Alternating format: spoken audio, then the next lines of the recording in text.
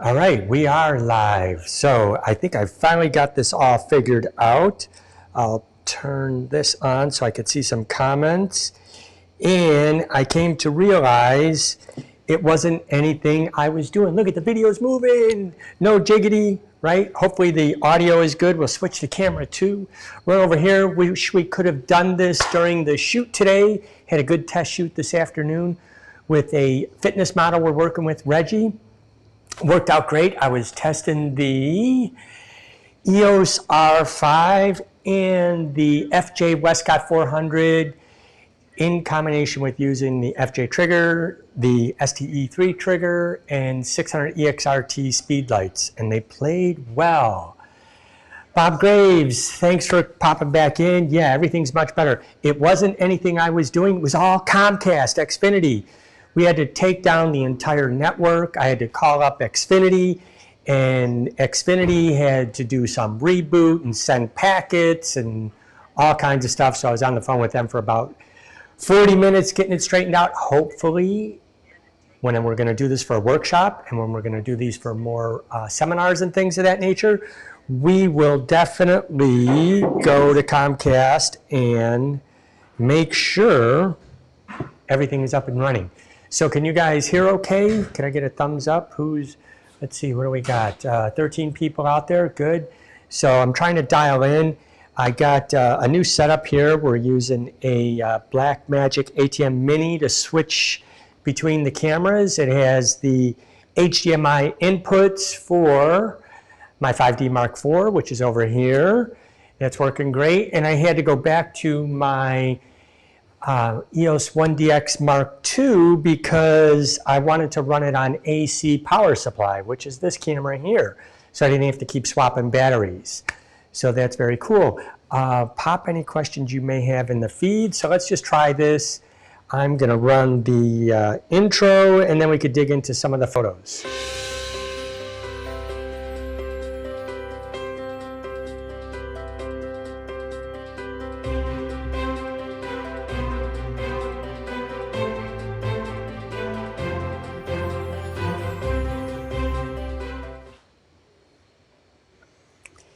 Here's our test shoot with Reggie.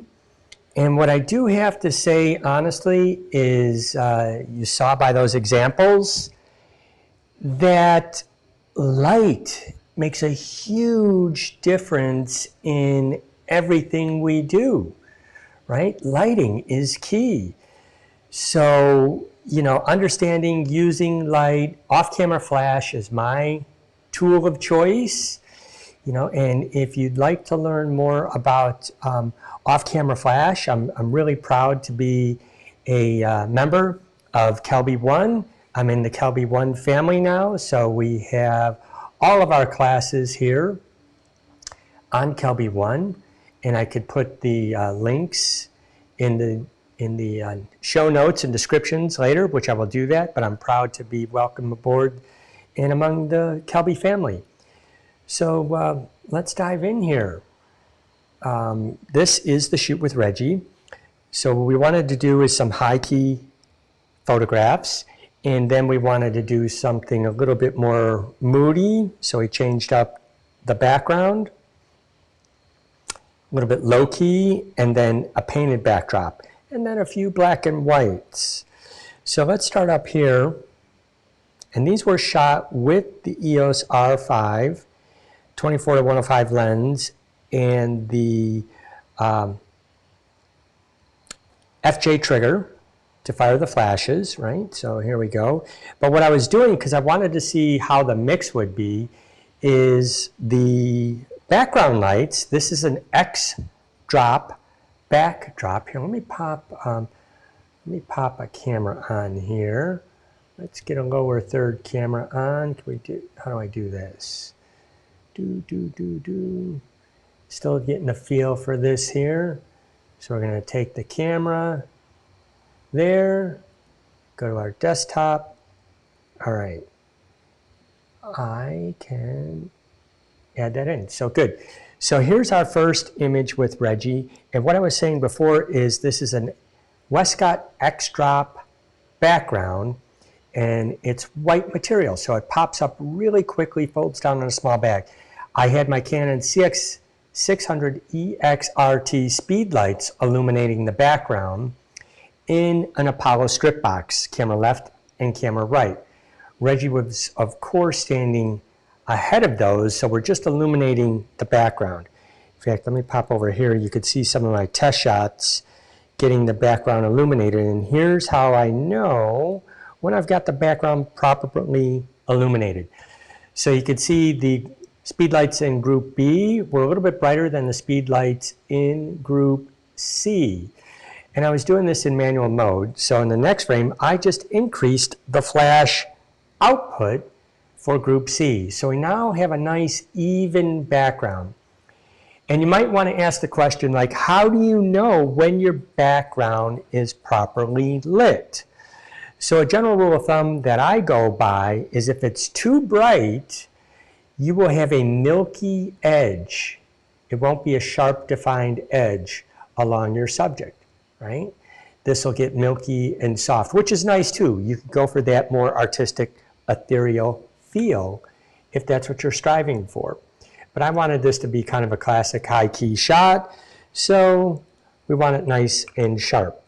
So my flash output was 1/4 power on these.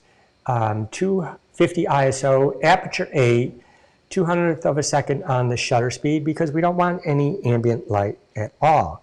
So then in the next frame, I added in the FJ-400 in a rapid box large with the deflector plate. I love that deflector plate. We didn't have any makeup. This was just the first test shoot with Reggie, so he's got a little bit of a shine to it. If I didn't have the deflector plate and have the inner diffusion baffle and the outer diffusion, he would even be more shiny. So by using the deflector plate, we get this indirect feel. So let me see, I'm going to check on questions, see who's there. Marlon, thanks for joining. Annette, how are you? I hope you're feeling better. Want to go out boating with you guys? Here, let's, I could do this. Let's switch over while I'm doing this to the camera. There we go. Cool. So I'm just looking through the questions here. Daniel White is watching. Thanks for joining. Carrie Wackley White is watching, so thanks for joining. If you guys have any questions, drop them in the feed. We'll get to them directly. So I'm using my iPhone just so I could see the comments coming in. See who's here. All right, so classic high key shot. We'll go switch back over to the desktop. There we go.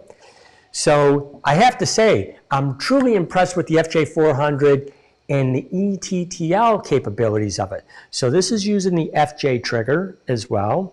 So the FJ trigger and the FJ-400 strobe speak Canon RT. So I dialed in the channel I was going to use, and I put in my personal ID, and then we were good to go. So we had our painted backdrop over here.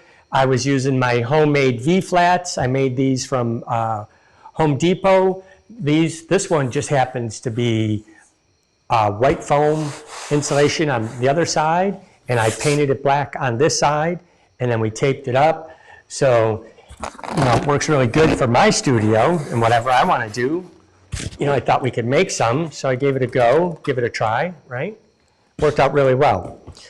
I'm not traveling with them, so they're just here in the garage studio, so we're messing around with them. So those V-flats work great, which was good because we had late afternoon sunlight coming in through the garage studio doors, and I wanted to block that off. And I wanted to subtract light, so I used the black side of it so that we can take light away and not bounce too much light around. So we still have some nice shadows defining Reggie's face. So let's go through a couple more of these photographs. And again, if you have any questions, please feel free to pop them in there. I'm muted now. You can't hear me. It's been a long day. Yes, it has, Mrs. Davis, but you know I'm like a dog with a bone. I had to figure this out. So let me see. I'll bump the audio up a little bit. I'm learning how to do this. Is the audio good now? In fact, It's been such a long day. This is true. You know, having a little bit whiskey on ice, some good scotch. So that's very helpful. Very helpful. We'll make this short and sweet. We're testing with Reggie. As I said, he's a fitness model. So this was our first test with Reggie, and things went great. He's looking to expand from fitness into other types of modeling. So we thought we'd get him a good headshot coming in, right? Getting to know one another. So Reggie, I'll put his information in there. Dawn Davis, I hope I'm not muted anymore. Am I still muted? The sound bad? Is it still going good? And I have to thank John. John was very helpful. John Hallett in suggesting that it could be the cable. So I swatched out cables and I called Comcast. And so we're up and running. So how's the audio now? I hope it's going good, right? Audio's going good. Sound good. Thanks, Carlos. I appreciate it. All right, so high key, right? Simple, clean, wonderful. Remember, my background lights illuminating the background are Speedlites, our Canon 600EX RTs in this situation. And the main light is the FJ-400 in ETTL. So once I got it locked in, my exposure, I switched, because it does have that function on the FJ trigger, to go from ETTL to manual. So now I locked in manual on the FJ-400. Hey John, how's it going? Thanks for your advice. Bob Graves, thanks for popping in. Nico, how are you? Thanks for popping in. Charles King, sound is hot, turn it down a bit. Charles is really mad. He's actually been broadcasting live at some clubs with musicians. All right, Charles, I'm gonna drop it down. I'm trying to find out, do I do it on the ATEM or do I do it in the software? So I'm slowly bringing it down. My level is in the yellow a little bit, so I'm going to keep dropping this just a tad. Hopefully, we're getting something better. And then, you know, you could also adjust it on the mic pack. So this is this is going to be a learning curve for me, but thanks for hanging in there. So then, as I was saying before, I got these locked in, and here's our set. So you can see I have a white V-flat on this side, black V-flat on this side. Here's the Apollo strip boxes with the 600s. There's one camera left, one camera right, illuminating the Westcott X-drop backdrop. And then we're going to drop this out of the way and go with our painted gray background.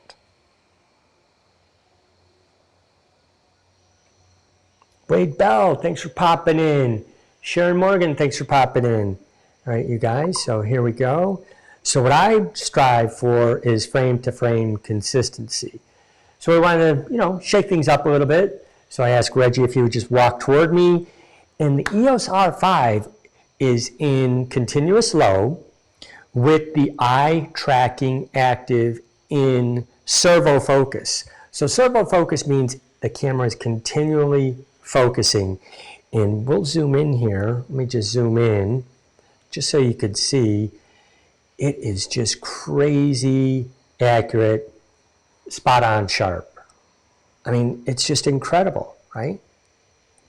Now I know I'm using a larger aperture, aperture 8, but I was going for that because I wanted him to be completely in focus for these.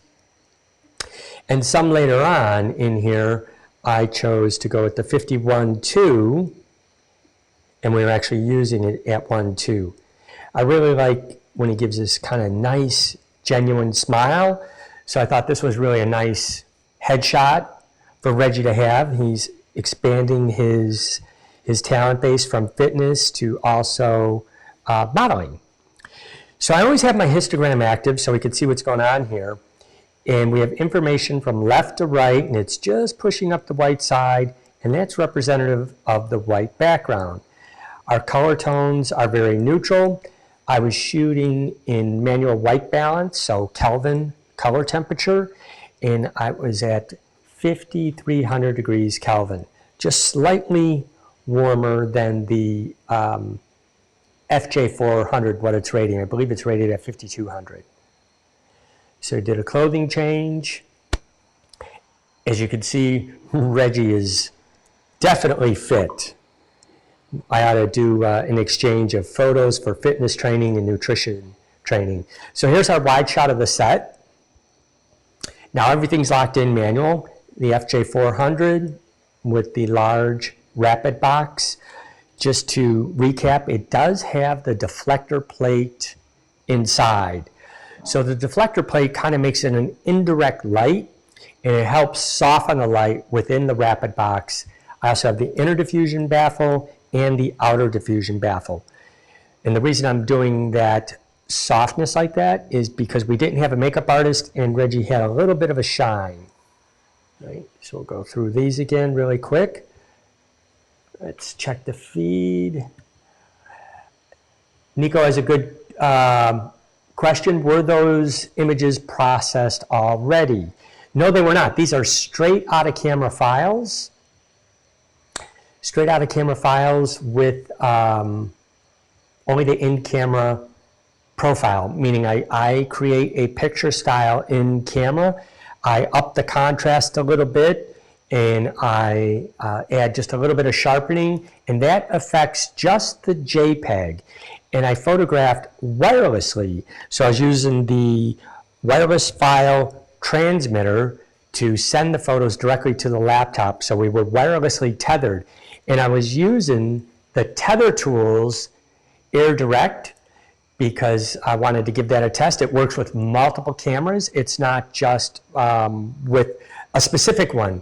Like the EOS R5 does have a wireless file transfer grip that it has, but that's limited to only being used on the EOS R5.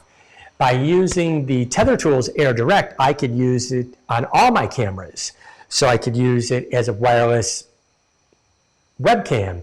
I could use it for video. I can use it for stills. And I like to be wireless tethered because walking around, I get a little bit excited and I move around a bit, and I know myself, I would step on a cable and pull it out. So what we're doing is I'm practicing for two lighting demos for Westcott. I have one coming up with Arlington Camera in Texas and one coming up with Unique Camera out of Fairfield, New Jersey. And those are going to be streamed live. So if you go check out those dealers, we're going to be doing a Westcott lighting demo live on those. So these are not processed at all. They are all in camera. So let's go back to the desktop here. And I could get my camera up. And we're going to pick the current application. So there we go. Good, good. Over here is me. This camera. Yep. I'm losing track of what camera I'm on. Right? Still a learning curve. All right. So good questions. So let's go forward. You know, I'm just going to go, you don't need to see me. We're going to go right to the desktop. And again, pay attention to the histogram. And you're going to see it drastically change when we go to the darker background. So I want to give him a nice headshot, high key headshot with a different clothing change, right? So let's pick up a good one. There you go. He's got a $1 million smile. He really reminds me of he has a young Walter Payton look to me. I remember photographing Walter Payton when I was at the Sun-Times on Media Day, and we would go in and set up a backdrop and photograph all the team players and their headshots so that we would have them on file.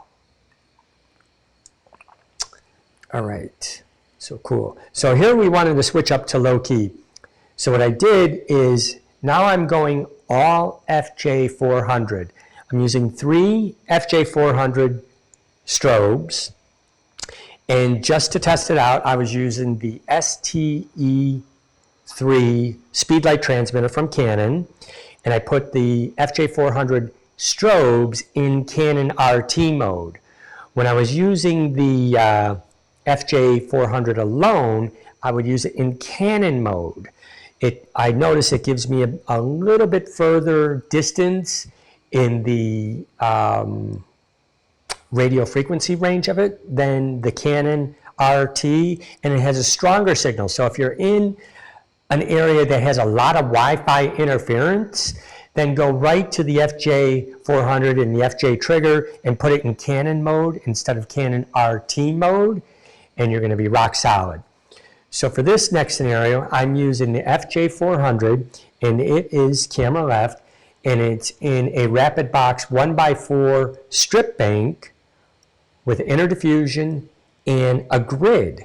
So you can see we're not getting any spill light onto the background, so it's very dramatic, very low key. So then I realized, well, we're going to need a little bit more light on the background.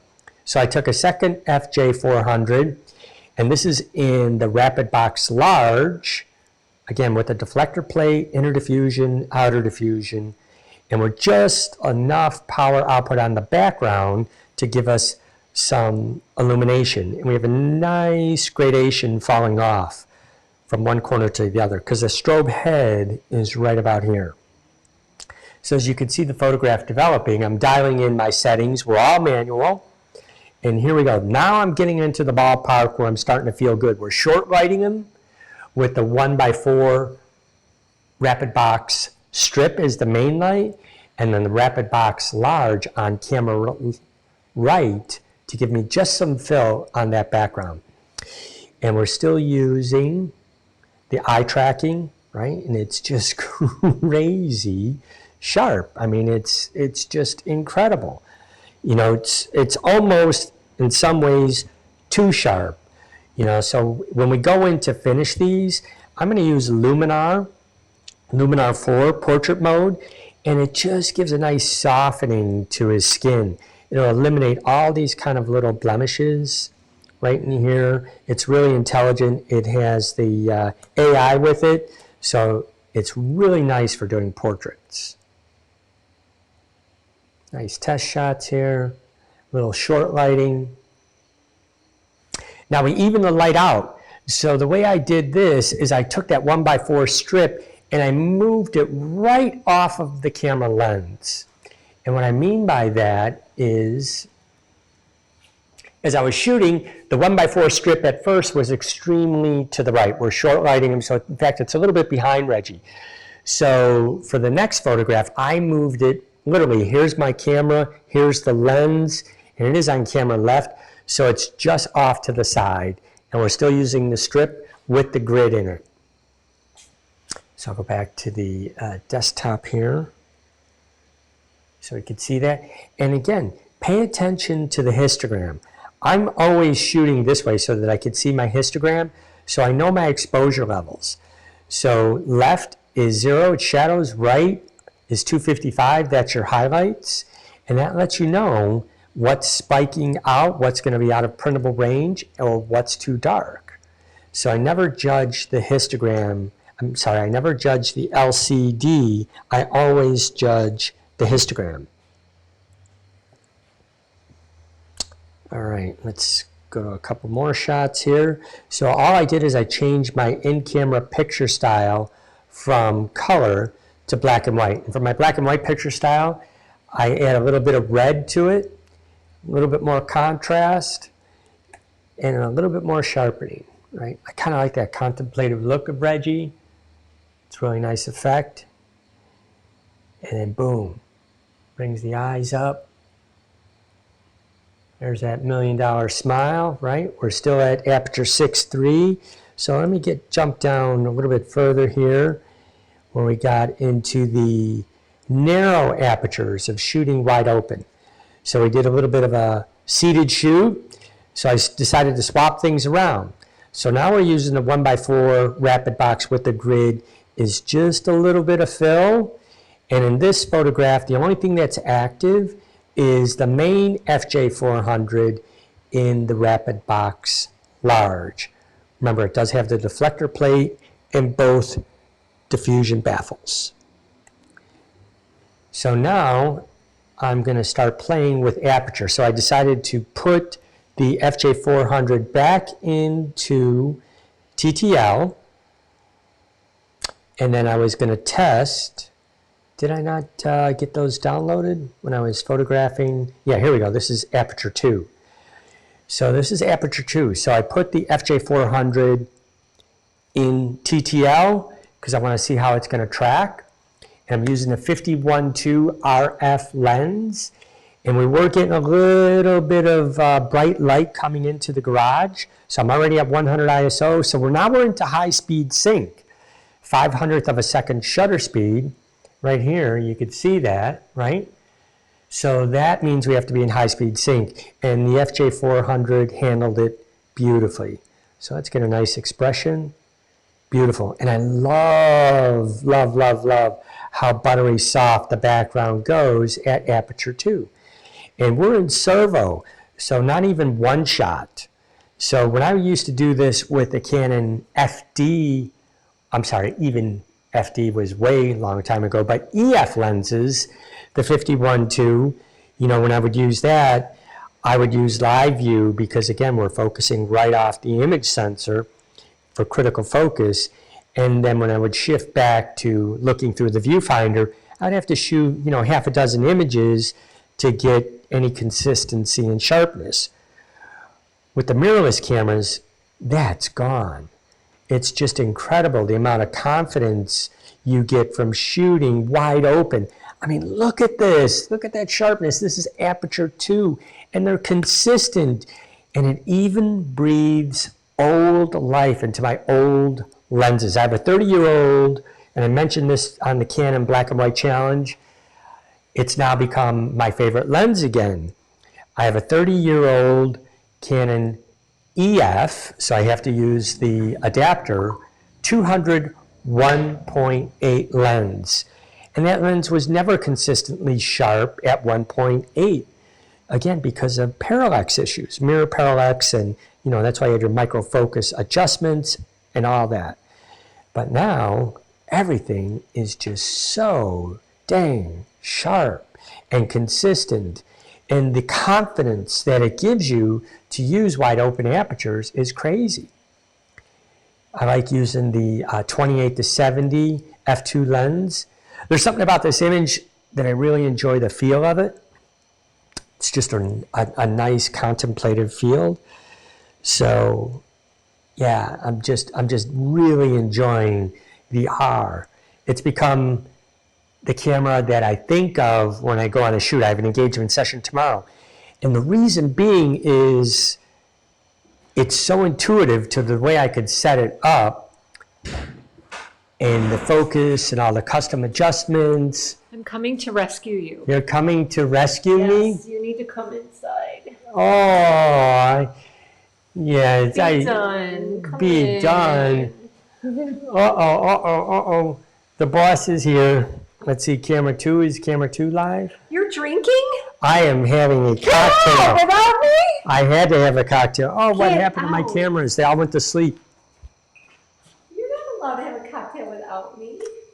I'm not? That's not fair. Here we go. Let's get this back up. There we go. All right. So say hi. Hi. We're going to say goodnight, Gracie. So we'll just wrap this up really quickly. See, there's everybody. Hi. Yes. I'm it was definitely a cocktail day because I thought I was screwing this up. And it was Don't you love that he has a all- picture of himself hanging in our garage? Okay. This is good Bob, and then there's Evil Bob back over there. No, And these are from Shutterfest. So thanks, Sal It's Sincata. not bad enough that we have one, but we have two. And thanks to Skip Cohen. Yeah. So I will give you a preview. So I like to say that the white background is, you know, good Bob, and then the black Bob is, you know, the darker side of me. I'm stealing him, so come inside. I will come inside. We're going to wrap this up. Let's just do it this way, get a little overview. So here's the setup of how we're going live. And I'm coming. Good. So I got the MacBook Pro going. I got a Blackmagic ATEM here, using a larger monitor, and I'm using Ecamm Live to go in, and the face detection on the 5D Mark IV, and on the EOS 1DX Mark II. It does have face detection. It doesn't have eye detection, but it has always had face detection in live view, which has been great. All right, so as I was saying, let me get a shameless plug here. I'm super proud to be welcomed into the Kelby family. And let's turn this one off. And if you want to know where it's at members, kelby1.com, author Bob Davis, and we have all of our classes up there. There you go. So we have 3 lighting classrooms, digital classroom, which are video lessons. They're really short, bite-sized vignettes of different topics on high-speed sync, second curtain sync, those kind of things. The next one is photographing a beautiful dream wedding with me, showing you all the tips and all the techniques and all the things that we really do on a wedding day. And then What the Flash. This is from our Needlight Speedlight tour that I did with Stephen Eastwood. And we had a great crew, Diego and Zach Brake and Stephen Eastwood. And that was through MZ. And now we've got that all up on Kelby One. So thank you, Kelby One, for welcoming us on board, because honestly, I am marketing challenged. I'm more into taking photographs, and I'm more into being out there photographing, which I can't wait to do tomorrow. We have an excellent engagement session coming up, so we're going to be doing that. And now that I kind of got this figured out, we're going to do a few more of these. So let me run our outro. There we go.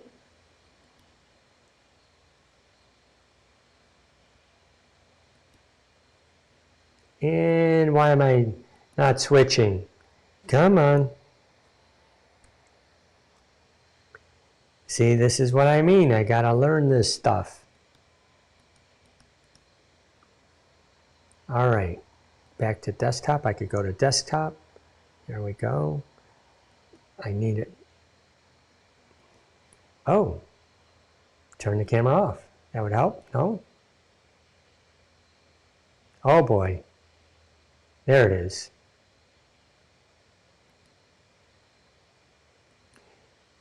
Anyways, everybody, thank you for joining us. Thanks for your feedback. Thanks for the help in figuring this out. I'm going to push this up to YouTube, and I promise we're going to get better at this. Hopefully I got the audio dialed in. And again, I'm going to pop this up here one more time. There we go. See that? Good. So again, if you like what you see and you want to get in-depth learning, go check out our YouTube page, Bob and Dawn Davis, and then Kelby One. All right, guys, thanks and have a good night.